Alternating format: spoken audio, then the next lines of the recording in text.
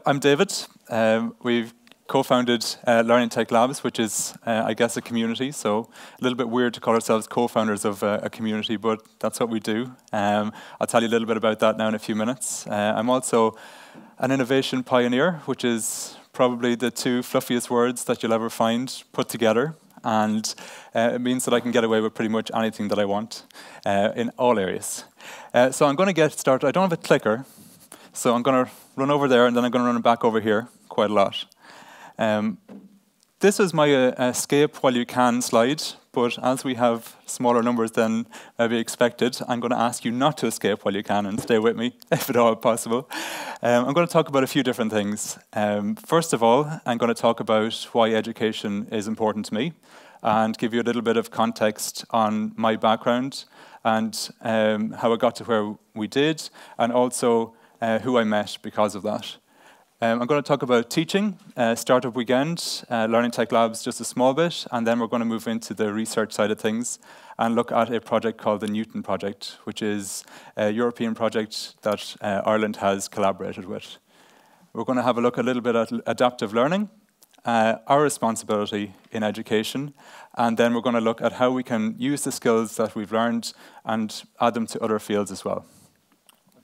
Yep, cool. So yeah, why am I interested in education? Well, I have the perfect start written up here, but it wasn't the perfect start by any means. We have the Leaving Cert here in Ireland. It's infamous for its interesting approach to education and learning.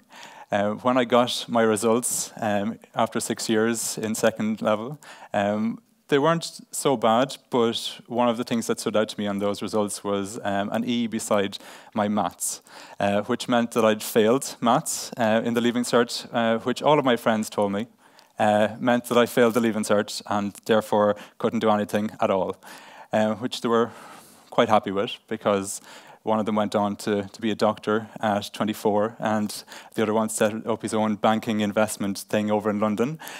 So I was kind of going, okay, what am I going to do? So what I decided to do was do an arts degree, which meant that I could go into anything that I wanted. So I went into college, and again, was an interesting experience. My first year was, as it says here, the wiki life, because I went on Wikipedia the day before the exams, and then I ended up scraping by first year, and then second year came along, and again, Wikipedia was my source of information, and second year came along, and I didn't pass second year, and then I didn't pass second year again, and then I eventually passed second year. So I did one of the longest arts degrees known to mankind, so it ended up being 5 years long. At that stage, I wasn't sure what I was going to do with myself, because again, my friends told me that there's not a whole pile you can do with a pass by compensation arts degree and a Leaving Cert that had a fail in maths. So I started building, and I went into the construction business for about 3 or 4 years, which was interesting. And I started to think a little bit about why I had failed, why I'd found it difficult. And we can see here that the world, we learn from that. We learn and take in information from all different areas. And my biggest problem was that when I was in education, I was only taking in information from one of those areas, which was up here, and it was visual, and it was text, and it was Wikipedia. And I'm not saying Wikipedia is bad. I'm just saying that we need a lot more with that. So a lot of the information was going into short-term memory. It was not staying with me, so I'd do my exam, I'd throw it on the page, and then afterwards I would forget it. Okay, we can move on. And at that stage, I was like, what am I going to do? I was building, going home, playing PlayStation. That was a lot of fun, but after a couple of years, that starts to get a little bit depressing. And eventually, a typical Irish mother came in with a newspaper and threw it down on my lap and said, David, there's a course there, why don't you think about doing that? So I said, okay, because you don't say no to an Irish mother. So I went into National College of Ireland. I studied learning and teaching there, and I remember being in the course, and they were talking about pedagogy. And I was like, what is that? So after about 4 weeks, I picked up the courage to tell people that I didn't know what it meant, and it turned out it was the art of teaching.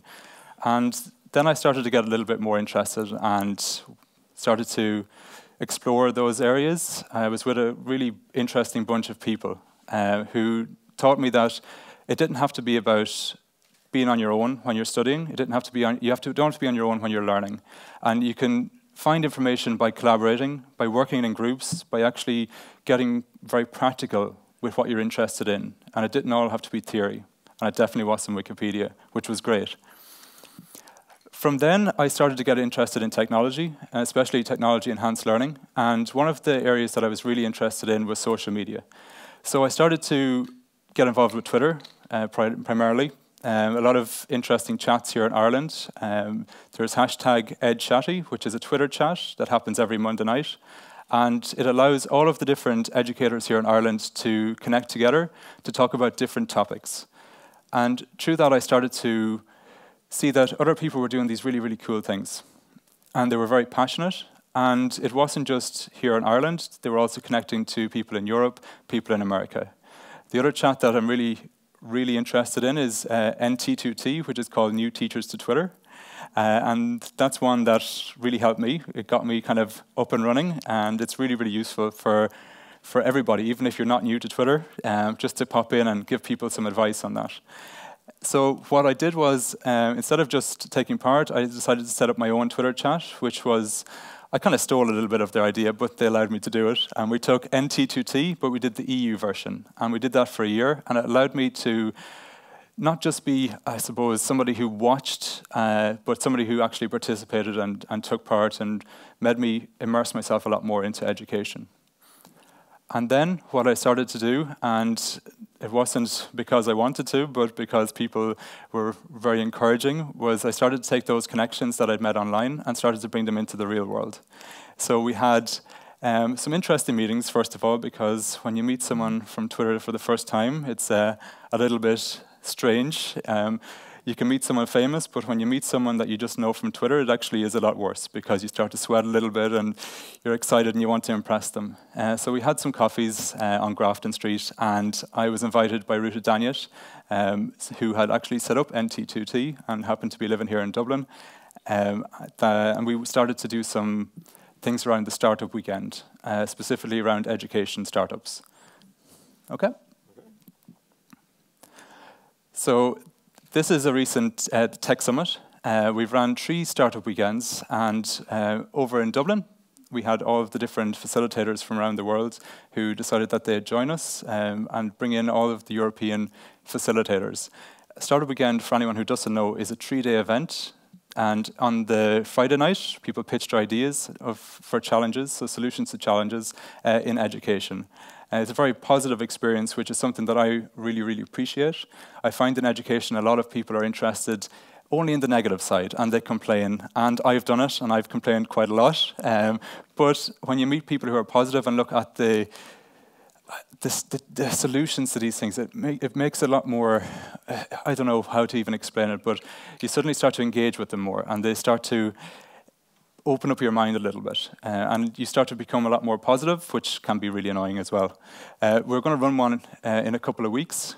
Startup Weekend is the 3rd one here, and it's going to be really exciting. I know, Melanie, you're coming along, so no pressure, but it has to be brilliant. Okay. So the first Startup Weekend was about 2 years ago, just almost 2 years, and from that we were really, really surprised by how many people in Dublin were educators who had an interest in actually making solutions to those challenges that they saw. They were all coming in from different areas. So you have people coming in from primary schools, secondary schools, 3rd level education. And one of the things that struck me was that everyone who came in, the egos were left over at the door, and they didn't come into the space, which was really, really nice. And people were very collaborative, again, very positive. And over the last 2 years, we decided that we would start up a community, which is Learning Tech Labs. So we sat at the end of our first Startup Weekend, and we were like, what are we going to do? We can't just, we have all these people, some people didn't win, but what are they going to do with this afterwards? So after 2 years, we managed to get 2,000 members here in Dublin. We ran 22 events, and we were the 10th fastest growing edtech community in the world, which doesn't sound like a lot, but for me, that was a big deal. We don't earn any money from it. It's just an open space where people can come share what they're doing, share their research. We have maker spaces, and the purpose is to actually encourage this solution-based mindset that people are coming and they're collaborating with. Okay?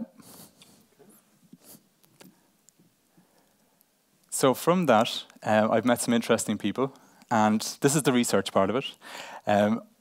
One of our coaches for Startup Weekend introduced me to this. And because I had failed with maths, and because I'd struggled in school because of the pace and falling behind a little bit, this really struck a chord with me. So this is the Newton project, and what it is a European project to bring together a network of labs to focus on the training for sciences and technology. Okay, we can skip on. And as you can see, Ireland are a big part of that. So DCU are one of the colleges involved. The National College of Ireland, where I went back to study, so I have a lot of time for them. And also, you can't really see it there, but that's AdoptMe. And AdoptMe are an Irish-based company that I'll talk a little bit about and show you some of the results that they've managed to produce in the last 5 or 6 years, which is pretty incredible. So yeah, over the course of this time, they've managed to collaborate together, and the purpose of the Newton project is to bring these labs together, open up new methodologies for teaching STEM education.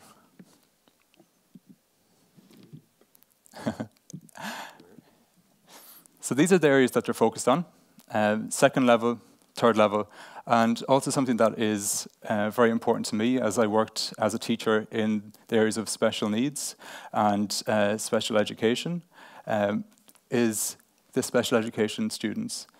So one of the things that in Ireland we're quite good at is creating new ways to learn.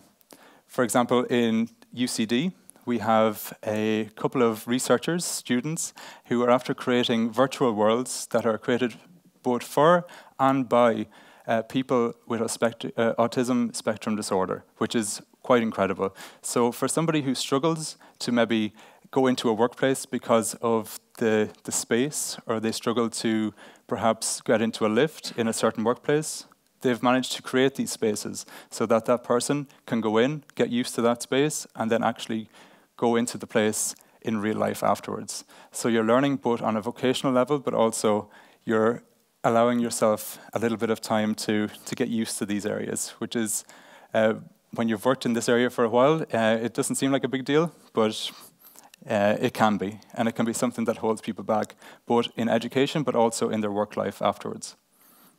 Okay.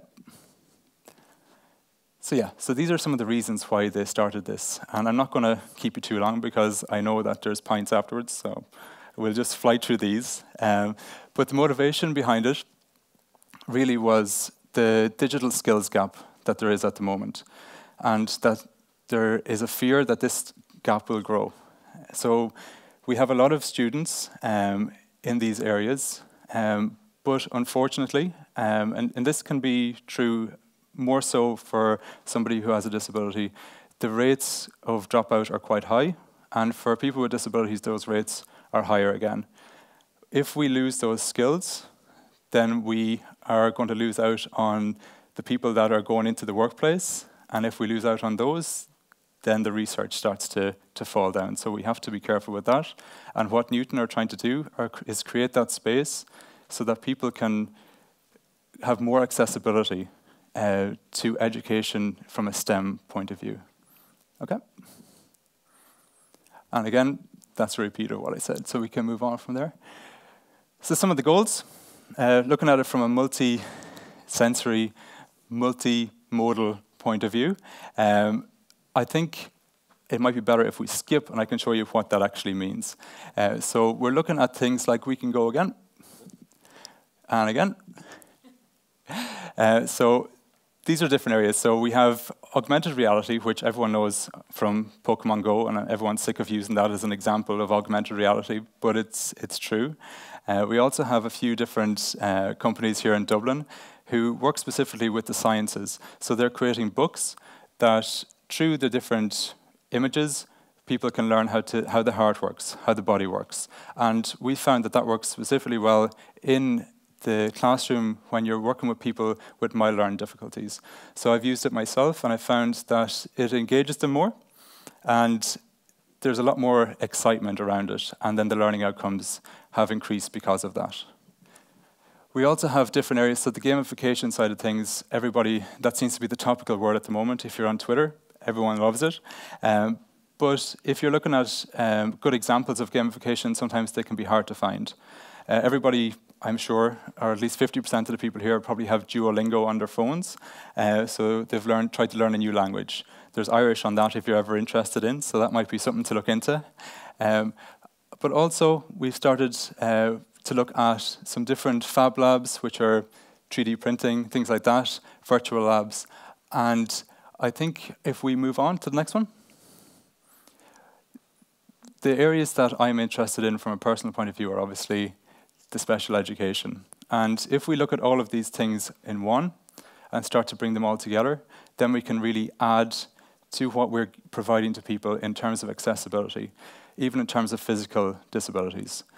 So if we can create these virtual worlds, if we can create these new methods of accessing information, then what we're doing is we're allowing people to improve their chances of continuing in education, getting a job out the far side of it, which is super important. From my point of view, I've struggled with it, and I've had it, I suppose, very straightforward.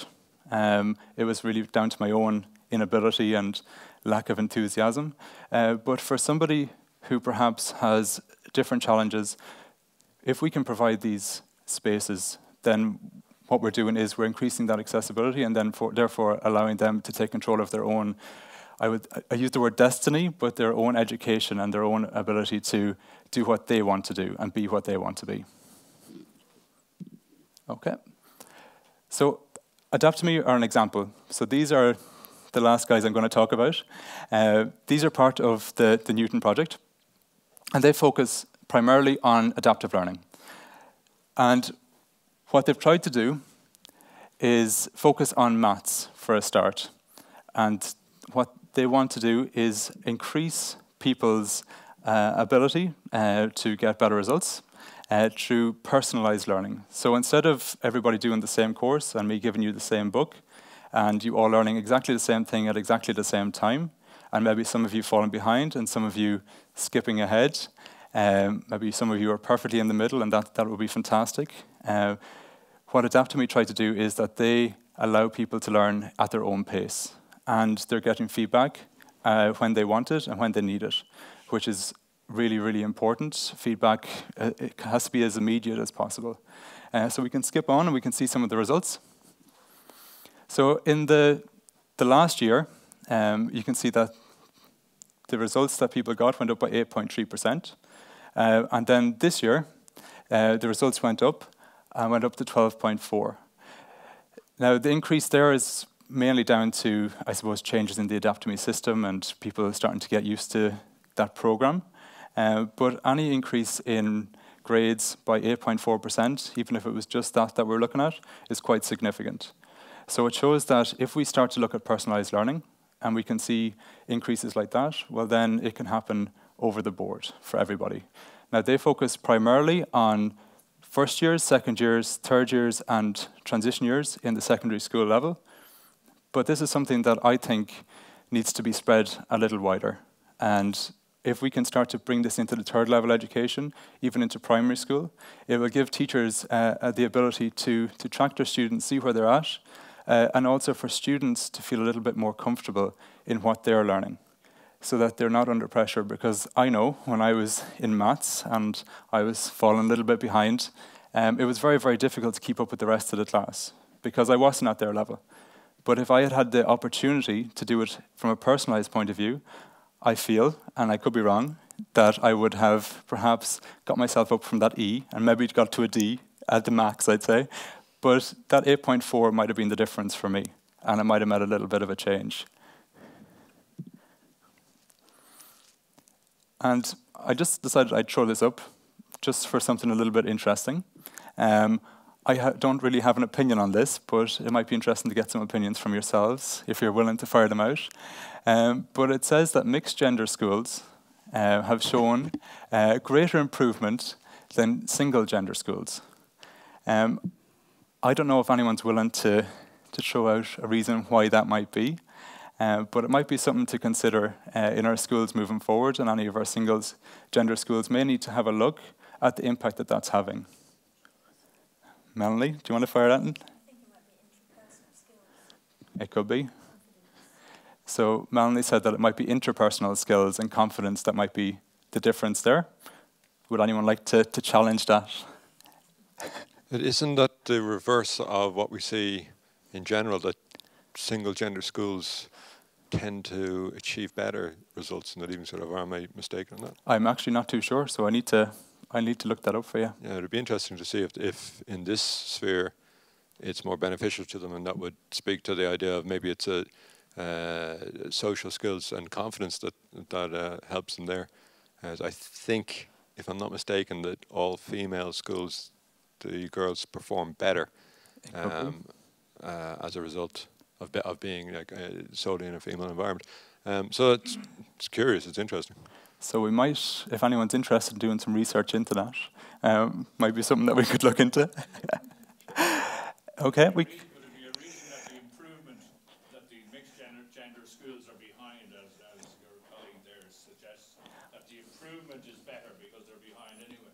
Oh, yeah, it could be. So we might need to look at some more stats next year. I'll have all those for you, and we can fire them up. And we can have a chat afterwards, because I'm going to be here, so it might be interesting to have a bit of a discussion afterwards around that. Okay? So what can we do? This is something that's very important to me, is the co-design aspect of it. I work, like I said, from an innovation point of view with the rehab group. So we work with 30,000 people with disabilities here in Ireland. Within that, one of our focuses is trying to encourage those people and give them the opportunity to co-design assistive technologies and educational technologies. Because if I create a solution for you, or if you create a solution for me, it might not be the solution that I want or need, or you want or need. But if we can engage people to be involved in their own solutions, well, then you're going to get the solutions that they need and that they want. So that's one of the areas that I think that we can all be involved in, both encouraging other people to do it, but also being involved from your own perspectives too, and bringing your own expertise. We have collaboration. We've spoke about that. It's helped me a lot. Carla is one of our organisers here, and we've collaborated quite a lot on different projects. Melanie, we've collaborated, and I think we're going to. I'm going to make you anyway, so it's fine. But if we can do that, and if we can encourage people to get involved and not to be in their silos, and to open up, like the Newton Project is doing, it's not just keeping Ireland in its silo, it's not keeping Czech Republic in its silo, it's actually encouraging people to collaborate together and to network. And because of that, you're going to see these positive solutions, and I think that's really important. And we can do that on small scale, and we can do it on large scale. And open resources. For me, if we can get colleges and institutes to start to open up these resources, start to share, not to be afraid to give their information out, then I think what we can do is create a much easier flow of information. It's a little bit scary to open resources. I will make these slides available. They'll be open source. But I think moving forward, that is an area that we need to look at. Okay, second last slide. Education and beyond. As I was saying, education is extremely important, and we've seen the benefits from it. But also, these are skills, this collaboration, this co-design, are areas that we can work on, and we can have a look from different topics and different areas of interest. So, for example, Hack Access Dublin is going to be run in November. We're part of the organising team for that, and it's a free event for people to come along and look at the accessibility issues here in Dublin, and to be part of the co-design of new assistive technologies or new startups in this area. So I think we can play a video. I think, if I embedded it right. No, I didn't. OK, we'll go back one. No, we won't. OK, that was my last slide anyway, so we're done. So any questions, I can take them. And if not, we can have a chat afterwards. But thank you very much.